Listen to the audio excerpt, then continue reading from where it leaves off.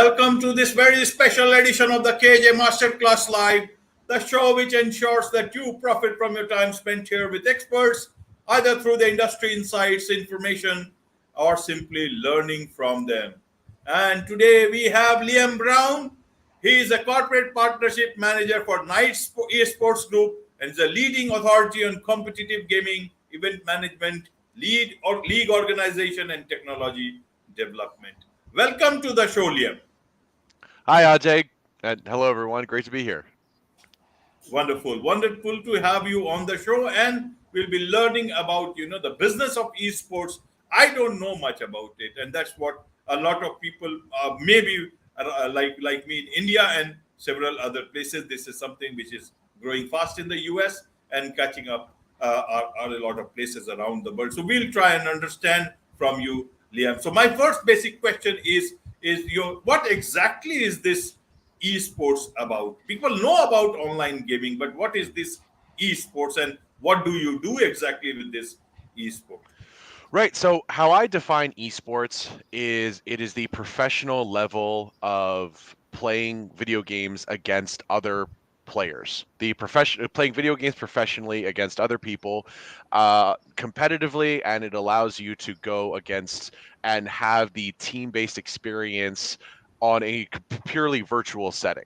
That's usually how I explain it to people. And my role in a lot of this is as the corporate partnerships manager, my role is to bring people together on the professional side and the behind the scenes side. So I oversee our current relationships with sponsors, and I try to bring gaming and esports as a whole to more sponsors and to more brands so that we're able to find authentic and exciting ways that brands can get into this space and help to really, again, bring people together and uplift one of the fastest growing competitive entertainment industries in the modern age.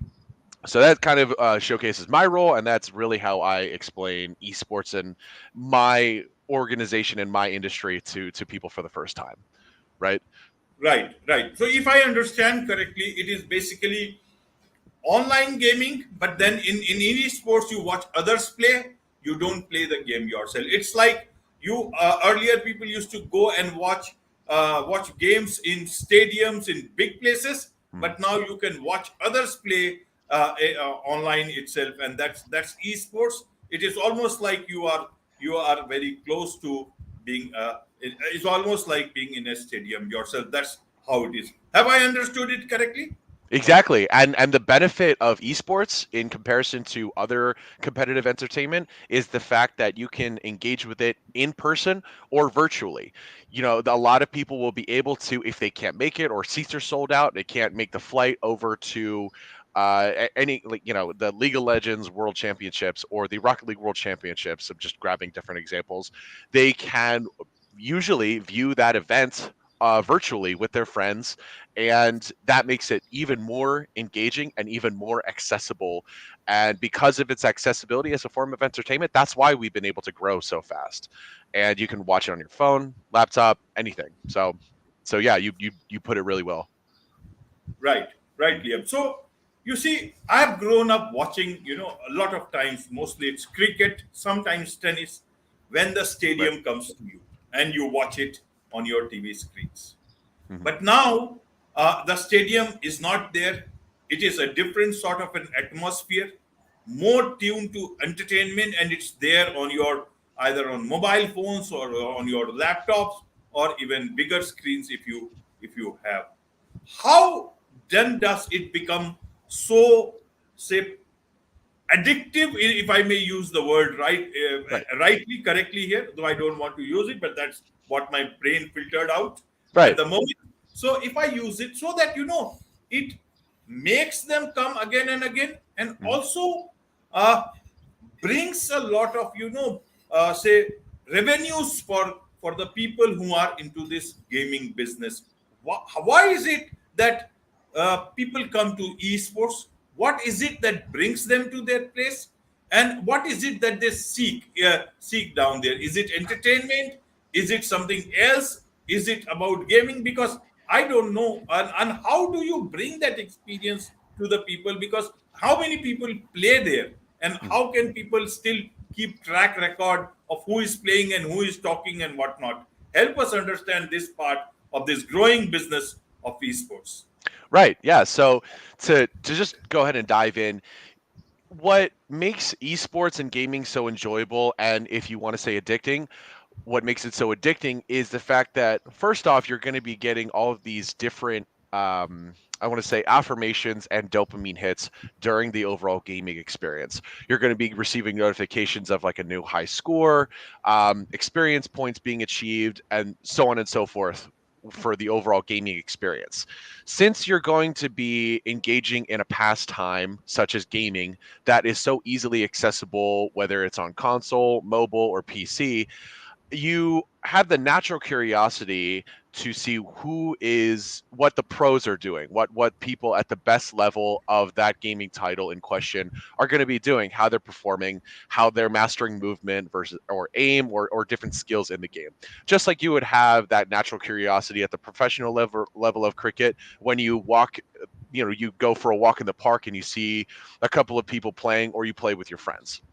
So that's what makes it so addicting, is because one, it's a constant influx of information is happening on screen when you're playing, and number two, it's so easily accessible as a form of entertainment, and also in order to engage with you and your friends.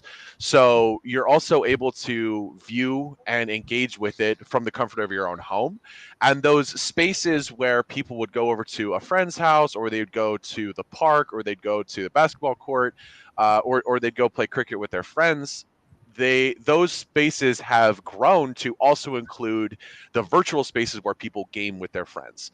And since it's again, it's an easily accessible form of entertainment and people can play it in their own free time. So that's what has allowed it to grow, so that people are watching what the pros are doing and they're trying to emulate that when they're playing with their friends.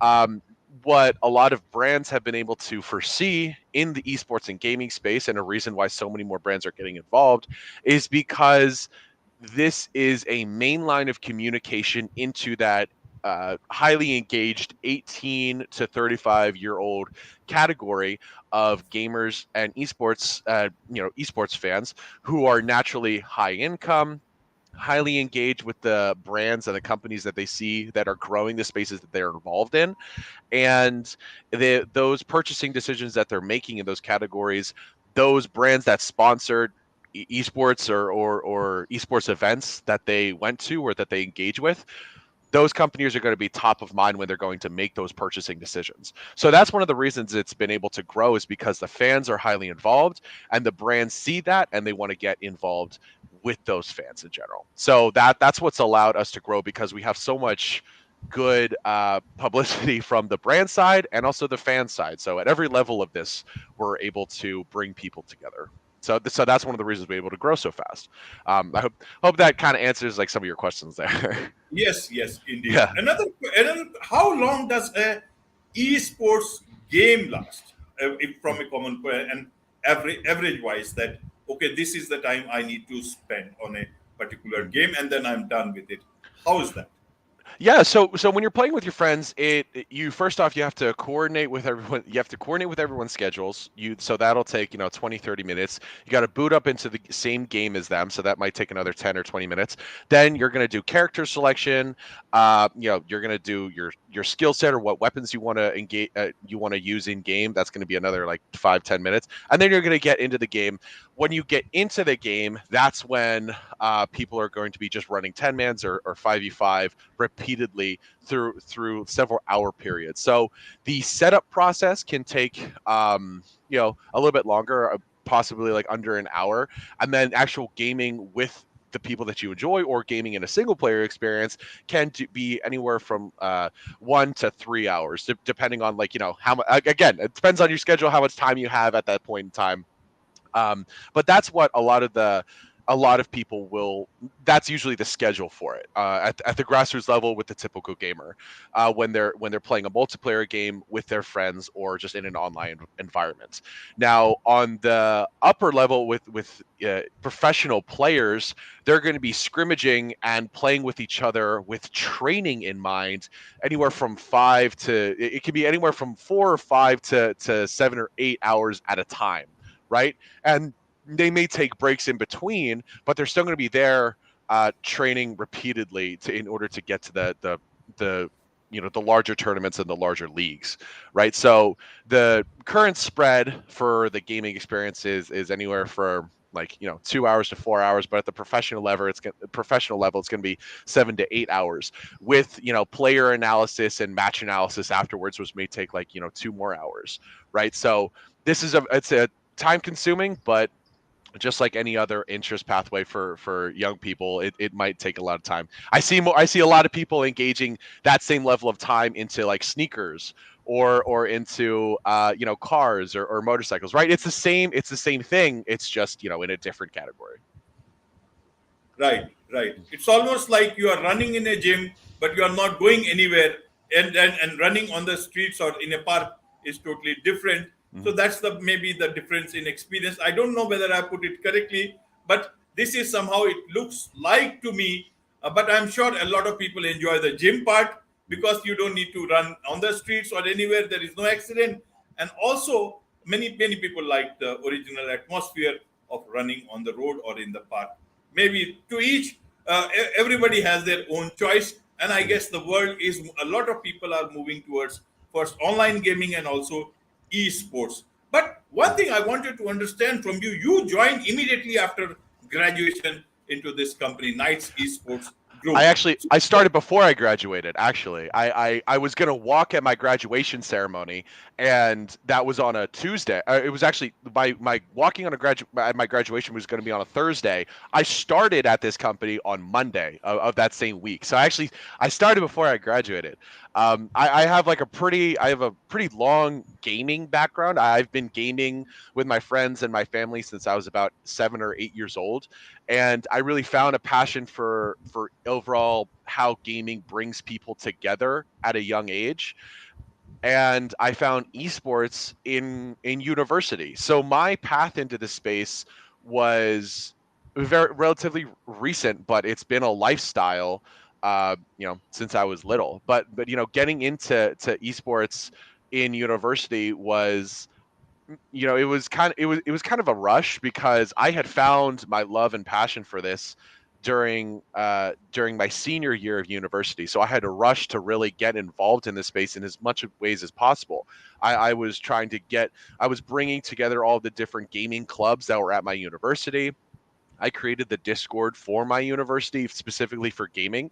And from there, I was able to learn a lot about the space. And I knew that's something that I wanted to put my career pathway towards. Right. So I ended up, my journey into this space was um, a little bit more erratic than some other people, and very non-traditional for the space, right? A lot of people go after the esports category wanting to be a professional player, and that's not something that I wanted to do. I wanted to be on the decision making side, and I wanted to be behind the scenes because I've helped my friends and I help my coworkers like make content, and if you guys check out like any of the Knights videos on our Instagram, you'll see that I'm in a couple of them. But being in front of the camera was never really my strong suit. So from the content side, I like stuff like this, where I'm able to like tell people about the space and bring people into it.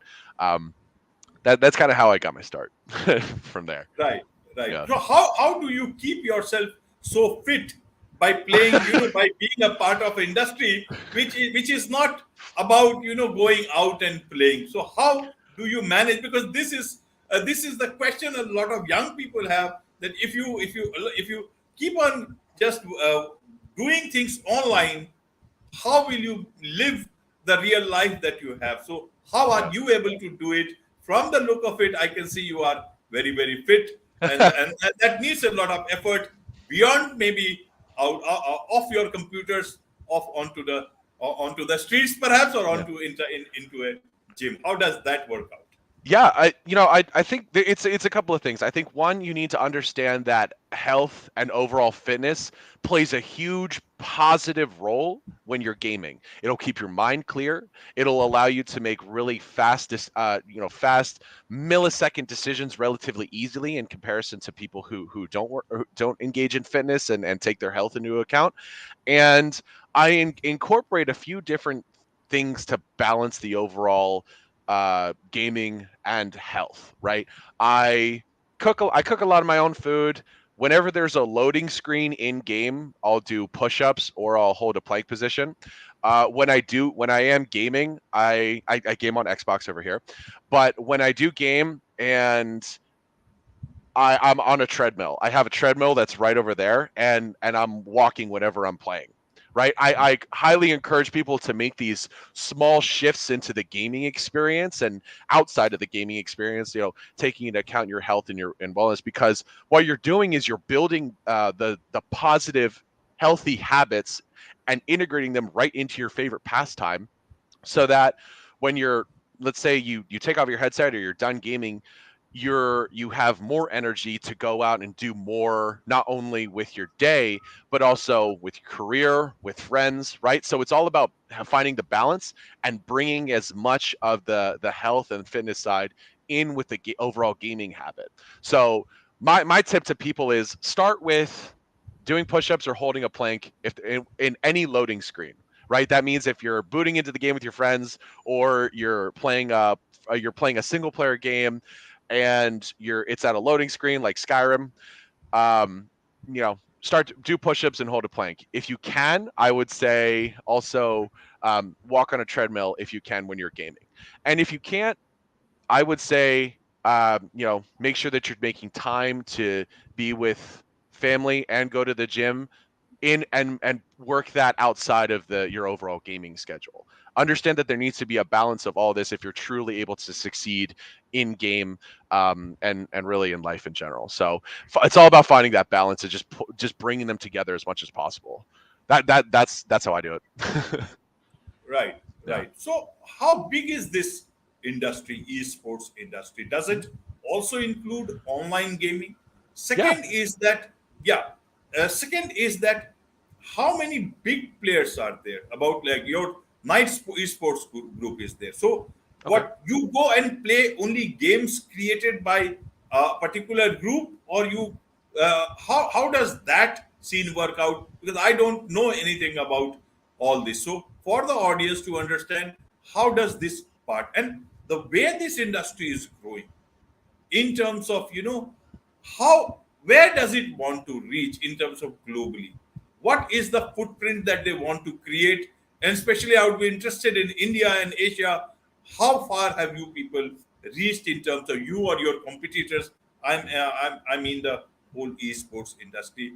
How, what is the scene like in terms of esports industry growing, Right. and what does it intend to do? Does it, is it doing only in terms of numbers, or what is it, that is it about more sponsorships, or a different type of experience? Because entertainment industry is almost like an entertainment industry, and now with Apple coming out with that new gadget, Oh yeah. $3,500, maybe if I, Yeah. Yeah. is it Vision Pro or something like that?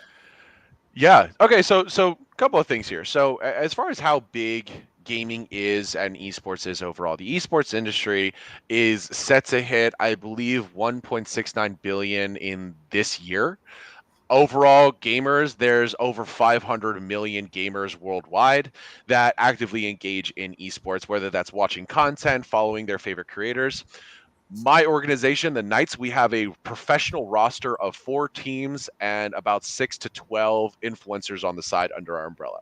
So every esport team is going to be negotiating and coordinating with the developers that create the games that they compete in, because in esports, the governing bodies of the sport that they are going to be competing in, or the games that they compete in, the governing bodies are the developers of those games. So the developers are going to be the ones making the decisions of what leagues are in place, if there's a professional or a secondary tier to get into the professional tier, where those in-person championships are going to be taking place, things like that. So in esports, a lot of the governing bodies are going to be the developers. Those are the people that we have are coordinating with when we want to either put on events or we want to have teams.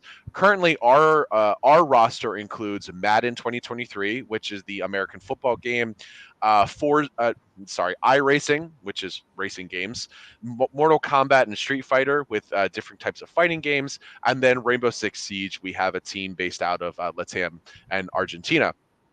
Now, with other esports teams, they're going to be, depending on what their goals are or depending on what their sponsors' goals are, that's going to, that those are going to be the decisions where they choose which games they're going to compete in, when they want to create a team in Call of Duty or in PUBG Mobile, and that's how those decisions are usually made. It depends on like what overall experience they're trying to create for the fans. Now, you got you're based over in India. We have staff and previously we've had players from India. In Asia overall, we competed in PUBG Mobile, which is one of the larger in the continent of Asia in general. Mobile gaming is going to be a larger focus because the highest concentration of gamers that compete on console are going to be in Japan, Korea, and in China. Now, on the flip side, in other Asian countries such as India, Philippines, Thailand, those countries, it's going to be a focus for mainly mobile gaming, right? So, unfortunately, in India, PUBG Mobile was banned just because of like cybersecurity risks, but that kind of gives you a general scope is that in Asia specifically, a lot of people tout that esports and gaming was given a larger platform because it got its start in Korea. But esports and gaming overall is growing and has its highest fan base in Asia, because it's a lot more accessible. There's a lot more gaming cafes. Like a lot of people are going to be viewing content on their phones and also gaming on their phones at the same time when they're at work or when they're just in school. Culturally, there's a lot of high quality gaming developers and gaming studios out of Asia that and the following is an engagement amongst the fan base in Asia is so much higher. So that is kind of how it's grown globally, and as it pertains to Asia, that's kind of how big it is over there. I would say that from the overall goals of the industry is going to be on one generalized statement.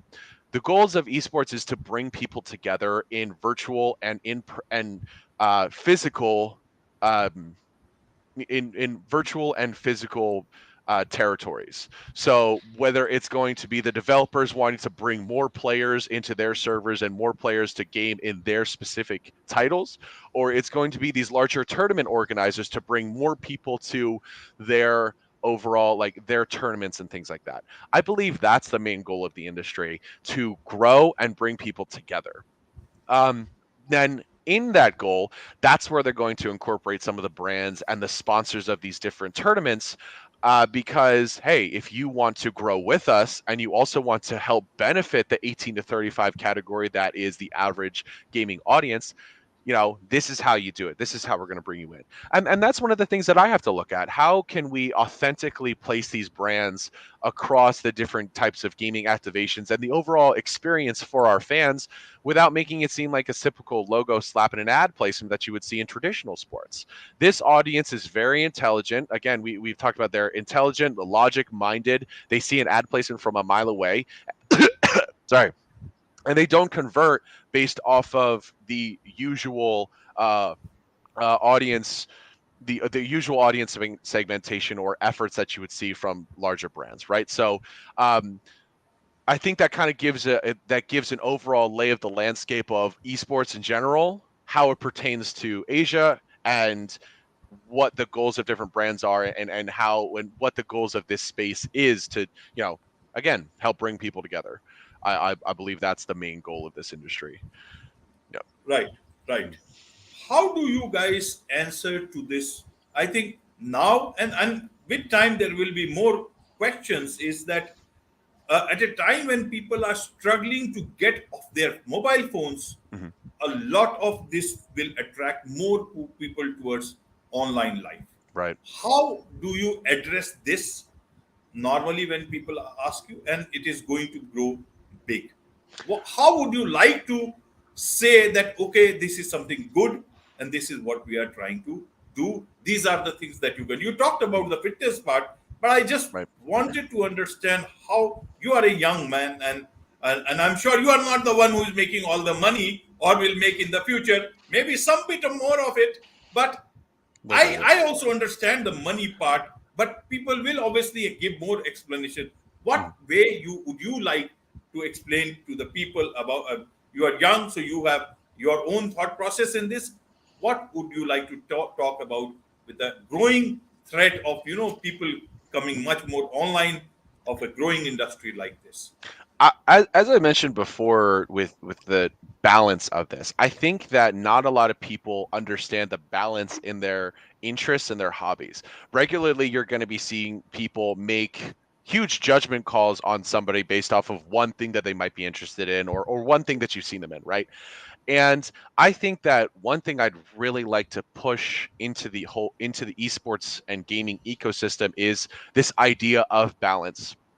Already, the health and wellness discussion is one that is viral, and one that permeates through a lot of different conversation topics. And whether you're on TikTok, Instagram, YouTube, you're going to be suggested a lot of different health related conversations.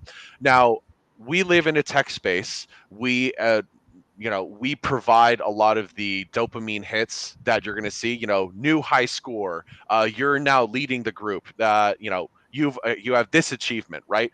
And when you exist in that space, you have to look at how and what reasons people would have for walking away from that kind of experience. It regularly starts with, oh, it's just going to be like 10 more minutes. Oh, it's just going to be one more round with my friends.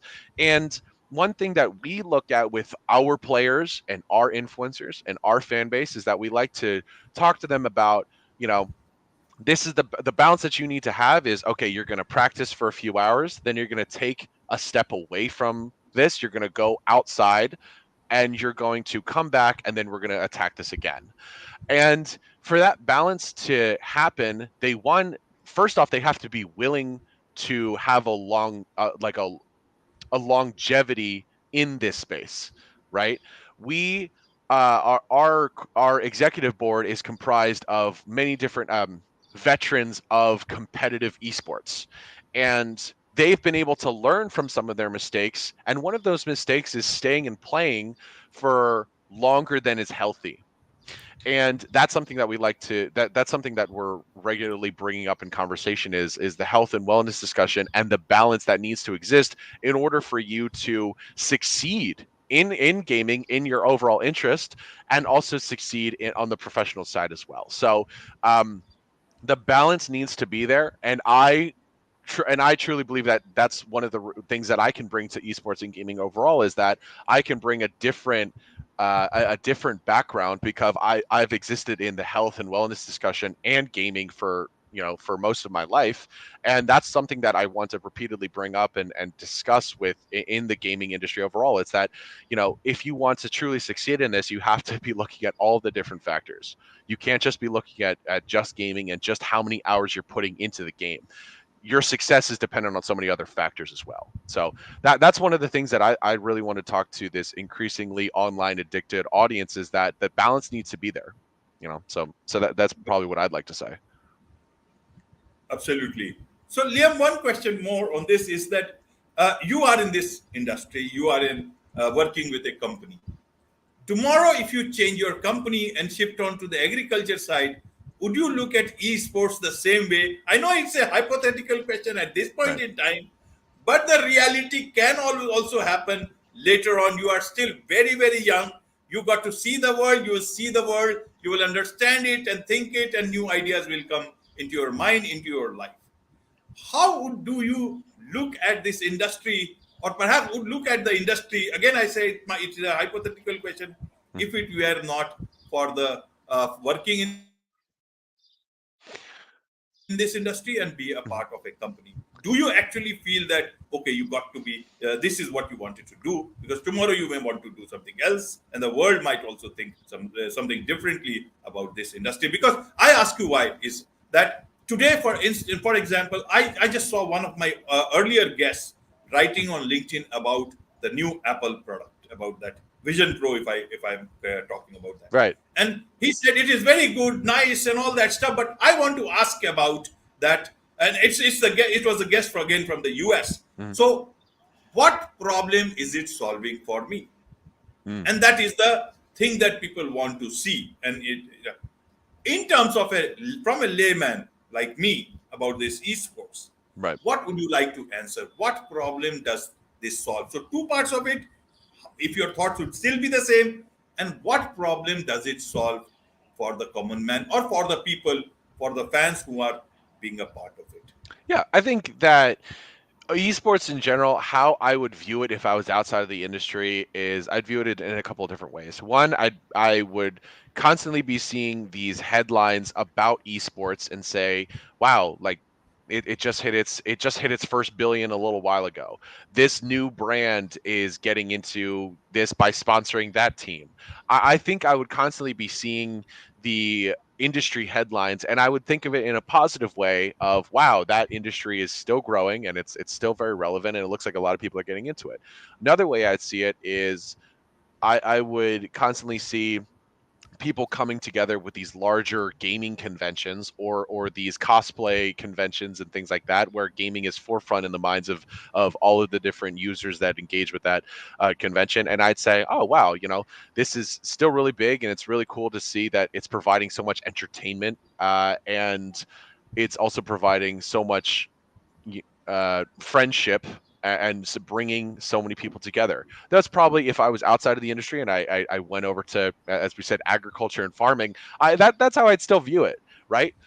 As far as esports and gaming overall, what problem it solves, I think that it solves the problem of meeting people. You're still able to form very, very close, tight knit friend groups and friendships in this mainly virtual space. I hear about all the time. It's might be just because of the circle of content that I'm in, but I constantly see posts about people. I finally was able to meet somebody that I've been playing online with in Call of Duty and in Minecraft with for 6 years, and we finally got to meet and hang out in person.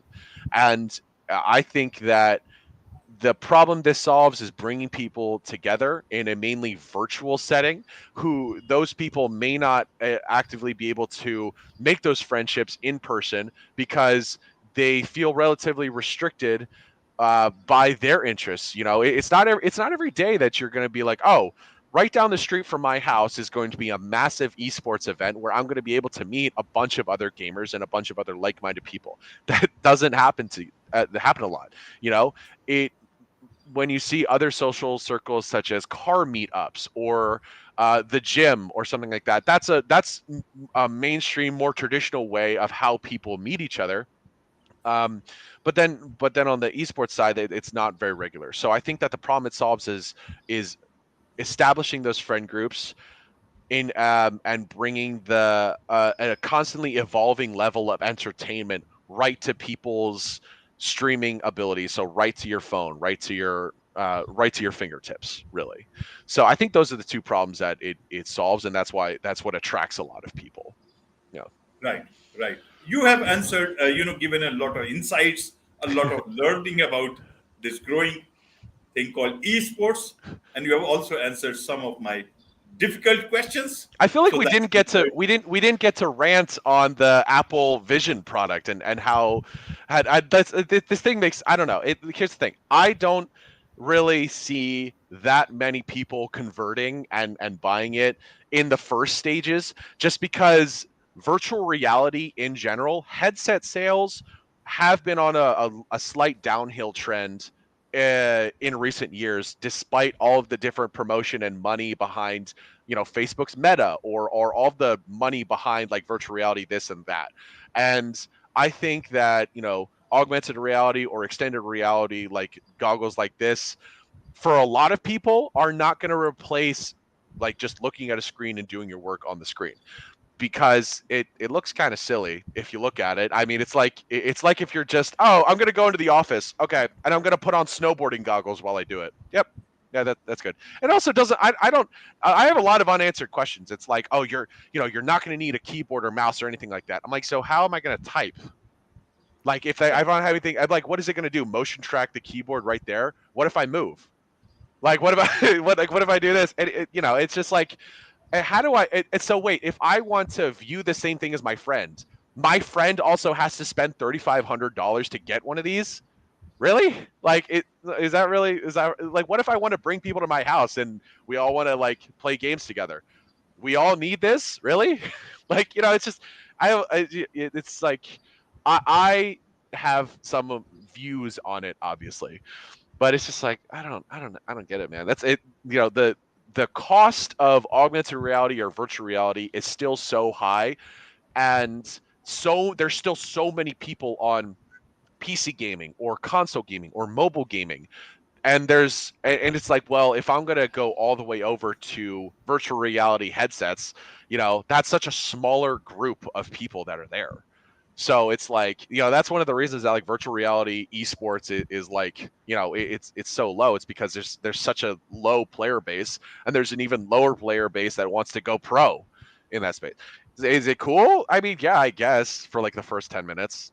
Like, Right, so right. there's my rant on the new Apple product. No, I'm glad perfectly, we got that out of the way. perfectly all right. I do understand, and in fact, you see, it's like that. Virtual reality is virtually out of many people's life because of the Yeah, prohibitory cost itself. And secondly, as you said, whether it all depends on individuals, whether you really want to have that sort of an experience. It is yeah, okay to read about it, to see the videos about it, people talking good, some people talking not so good, yeah, but it's all about, like, Apple does have some good products. I don't use it because I cannot afford it, because you need to get trained on that product. So for a phone, I use an Android phone yeah, because it is easily affordable for me. I don't. I yeah. use some other laptop and not an Apple product because I cannot afford it. You got to Yes. keep pace with that thing, and it is not possible for a person like me, with lesser means, to be able to continue that Apple sort of a life. It is. I'm sure a lot of people are able to do this, Hmm. and I'm sure Apple has done this research to find their type of customers who would like to have this immersive experience. But sometimes, if you ask me, for me, I would not like to have that sort of an immersive experience. For me, it is more of a Yeah, financially submersive experience.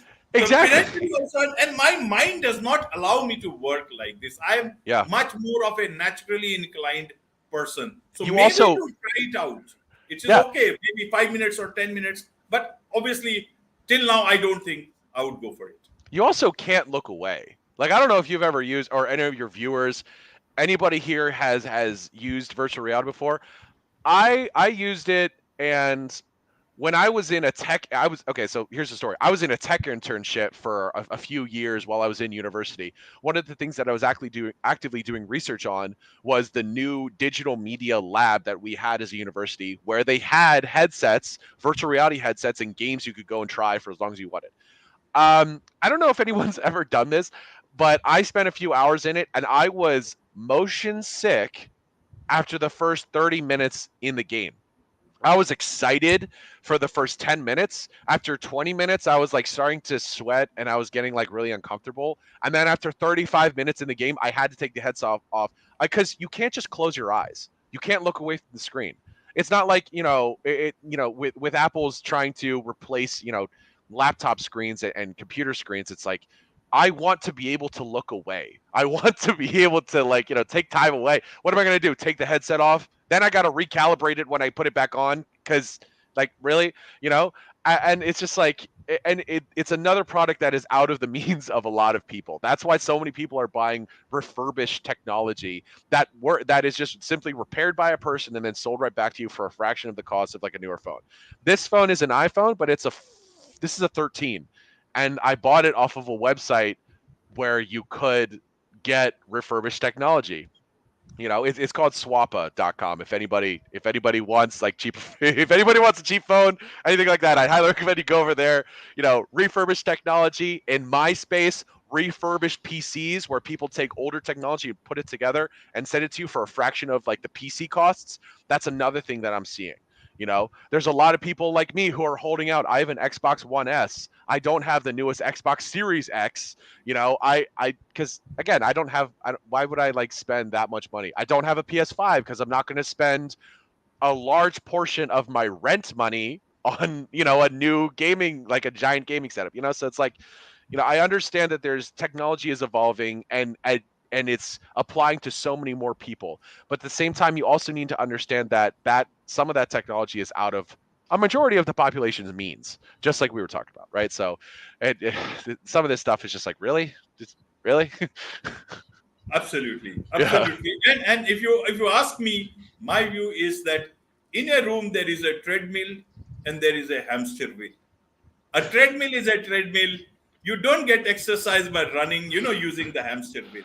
So yeah, technology has to be something like a treadmill, which gives you, everything that you want in terms of fitness, in terms of solutions. A hamster wheel cannot ever become a treadmill, and yeah, that is the difference. As long as we continue to know this difference, and as long as companies who are making those products continue to understand this difference, for some yeah, time you may push the hamster wheel as a treadmill, but people will realize it's of no use. As I yeah, said, we are all evolving as humans with AI coming in, so many things coming in.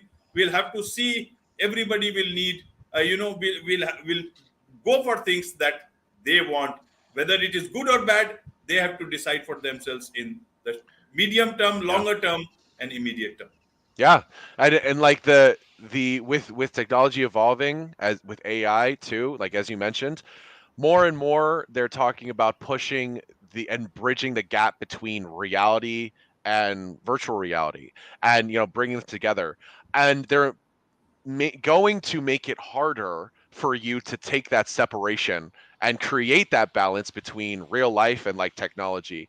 And for those people like me who want to step away from technology for like a little bit, I want to put the screen down. I want to put the phone down. I want to take a step away from my computer. I think that they're trying. It's almost as if people are trying to take that option away from me. It's like, really? Like, it's like, oh, you want to step away? Well, that's too bad. It's like, no, that's not how that's not how this is supposed to work. Why? So yeah, it's tough. It's starting to get tough.